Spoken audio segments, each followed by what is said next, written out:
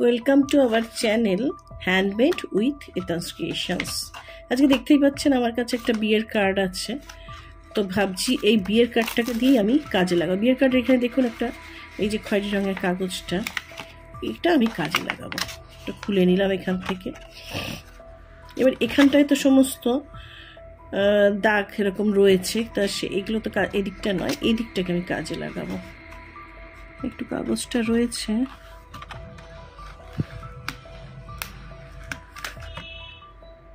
যাই হোক এরপরে আমি এই জায়গাটা নয়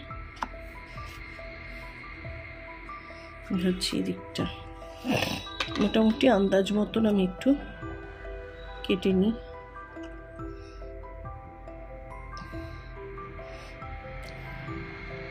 এরকম আন্দাজে ঠিক আছে।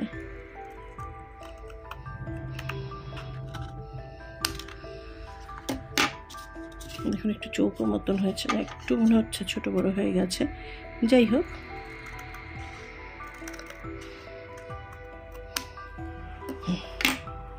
এবার এখানে এই যে দাগটা, এটা তো এই সাদা এই কাগজ এটা উঠেনি, ঠিক আছে। এখানে আমি একটা কিছু লাগিয়ে দেবো, এটা দিয়েই আজকে এখানটা দেখা যাবে না। এখানের জন্য আমি একটা এদিকে একটা পিচবোর্ড লাগাবো, পরে লাগাচ্ছি। আর এটা দিয়ে শুরু করলাম। এই মুহূর্তে একটা ব্ল্যাক কুইলিং পেপার নিয়ে নিয়েছি, আপনারা দেখতেই পাচ্ছেন। এবার এই যে কুইলিং পেপারটা এইভাবে আর কি আমি এবার গোল করব। একটা কুইলিং পেপার পুরো এইভাবে গোল করে নেব। দেখুন গোল করা হয়ে গেছে, শেষ গোল করা। আমি এখানে একটু আঠাটা লাগিয়ে দিচ্ছি, ব্যাস হয়ে গেল গোল। বাহ, বেশ সুন্দর গোল হয়ে গেল।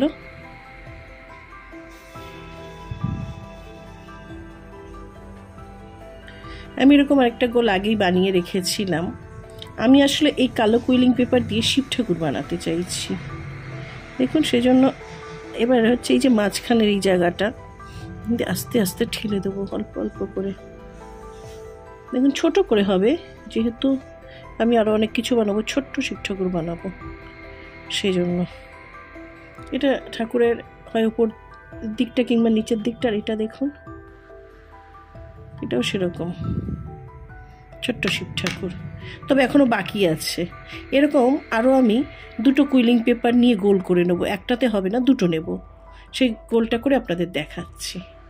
দেখুন একটা কুইলিং পেপার এইভাবে গোল করে নিয়েছি, আর শেষে প্রায় শেষ হয়ে এসেছে, সেখানে আঠা লাগিয়ে নিয়েছি। সেখানে আমি আরেকটা কুইলিং পেপার এভাবে লাগিয়ে দিচ্ছি, কারণ একটা কুইলিং পেপার এবার হবে না, এবার দুটো কুইলিং পেপার দিয়ে এরকম গোলটা করতে হবে আস্তে আস্তে। এইভাবে আমি গোলটা আবার পুরোটা কমপ্লিট করব। এই যে সার্কেলটা দেখুন, এই গোলটা কমপ্লিট হয়ে গেছে। এবার কি করব, এটাকে আমি ধরি শিব ঠাকুরের উপরে পোর্শনটা, তো সেজন্য আমি এখানে এবার আঠা লাগিয়ে দেব।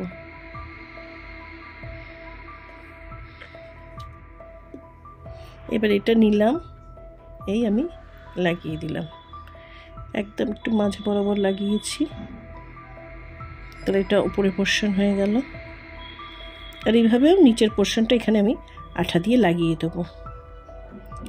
এটা লাগানো হয়ে গেছে, এই যে ছোট্ট শিব ঠাকুর, কিন্তু একটু বাকি আছে। আমি একটা কুইলিং পেপারের অর্ধেক নিয়ে নিলাম। এবার এটাকে আবার আমি এভাবে সেই ছোট্ট গোল মতন করে নেব। গোলটা তৈরি হয়ে গেছে। এবার এটা আমি একটু চেপে দেবো দুই দিক।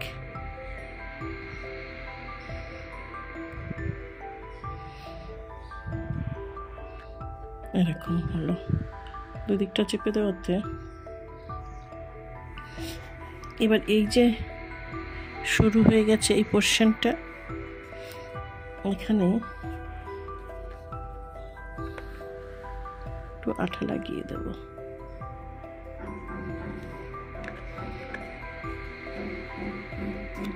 এবার এখানে যে কোনো একদিকে লাগিয়ে দেব।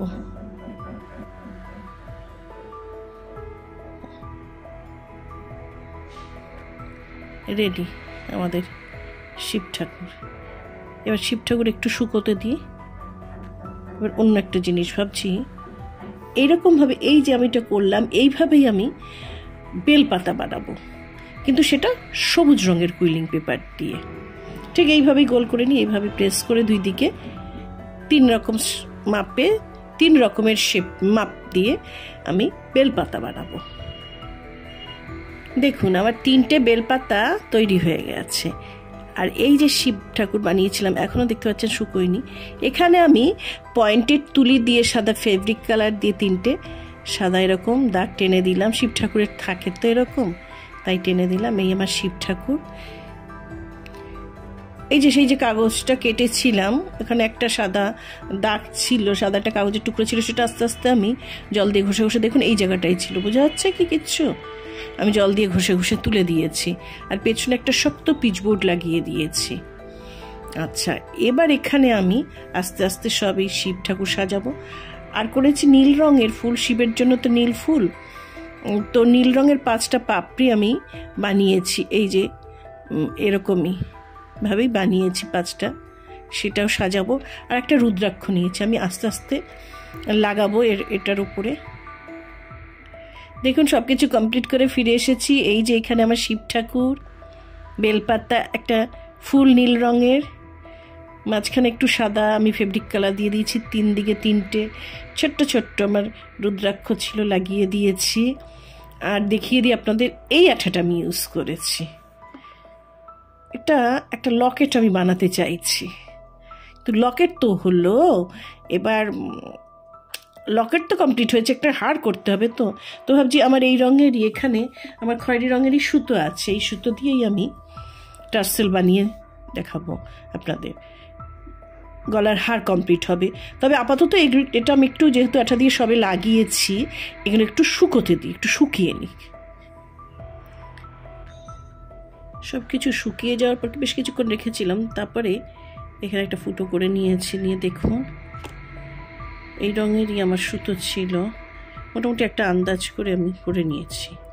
কিন্তু একদিকে করলে তো হবে না, আরেক দিকেও করতে হবে, সেই জন্য আবার বেশ কিছুটা সুতো আমি এই নিয়ে নিয়েছি। আর এই যে সূচে ভরে নিয়েছি। দেখুন এটা লাছির সুতো, আমরা অনেকেই পরিচিত লাছির সুতোর সাথে।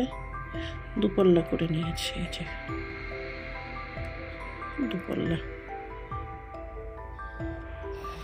আচ্ছা, এবার এখানে আরেকটা আমাকে গর্ত করে নেব। ওই কাঁচি দিয়েই আমি গর্ত করেছি। এখানে যেমন এখানে দেখতেই পাচ্ছেন আপনারা একটা গর্ত করেছি, এই বরাবর এখানে আরেকটা আমি গর্ত করে নেব। খুব বেশি করতে হবে না, আস্তে আস্তে করবেন, তাহলে আবার হাতে লেগে যাবে। হয়ে গেছে গর্ত। এবার এই সূচটা আমি ঢুকিয়ে দিচ্ছি।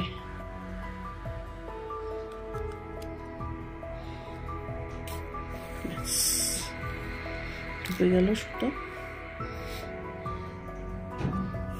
এবার এখানে একটা আমি গিট বাঁধবো, একটু দেখিয়ে দিই আপনাদের। দেখুন পেছনে যে যেমন গিট বেঁধেছি, এখানেও সেরকম আমি একটা পেছন দিকটাতে এখানেও একটা গিট বেঁধে নেব।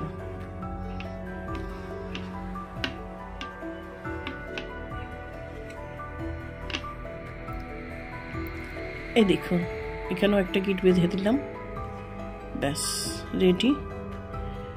শুধু একটা কাজ বাকি। এই যে এখানে নিয়েছিলাম, দুপল্লা করে নিয়েছি, তাহলে একটু মোটা হবে। এই জায়গাটা কাঁচি দিয়ে কেটে দিলাম। এবার এখানে একটা গিট বেঁধে দেবো, এটা এখানে একটু সমান করে নিই।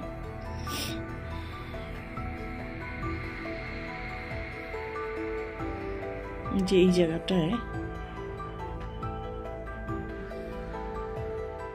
ছোট্ট করে গিট বেঁধে দিই, তাহলে সুতোগুলো স্ক্যাটার্ড হয়ে যাবে না, পড়া যাবে সুন্দর। হয়ে গেল শিবরাত্রির স্পেশাল হার। তবে এই সাইডটা কেমন একটু ফাঁকা ফাঁকা লাগছে না? ভাবছি আমার কাছে সুতো আছে, এই সুতো একটু সাইডে আঠা দিয়ে লাগিয়ে দিই, এই সাইডগুলোতে। এই আঠার আপনাদের দেখিয়েছি আমি এই গামটা ইউজ করছি। এই সুতো একটু দেখতে ভালোই লাগবে, এইভাবে লাগিয়ে দিলে পরে। এটাই লাগিয়ে দেবো ভাবছি, লাগিয়ে দিই। ব্যাস, চারদিকে এই সুতোটা লাগিয়ে দিলাম। এখন দেখতে বেশ ভালো লাগছে না? কেমন লাগলো ভিডিওটা অবশ্যই কিন্তু কমেন্ট বক্সে জানাবেন।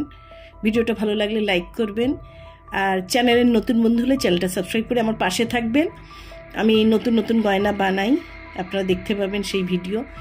আর নোটিফিকেশনটা অবশ্যই অন করে রাখবেন, তাহলে আমি নতুন ভিডিও আপলোড করলে দেখতে পাবেন। সবসময় যে বড় ভিডিও দিতে পারি তাও না, অনেক সময় শর্টসও দিই আমি, সেখানেও দেখবেন নতুন নতুন গয়নার আইডিয়া। এছাড়া ঘর সাজানোর জিনিস আর পুরনো জিনিসকে একটু নতুন রকমভাবে সাজিয়ে নেওয়া, মানে পুরনো জিনিসের নতুন রূপ, এইভাবেই আমার ভিডিওগুলো সাজানো থাকে। আজ তাহলে এই পর্যন্তই। সবাই ভালো থাকবেন, সুস্থ থাকবেন। মহাশিবরাত্রি।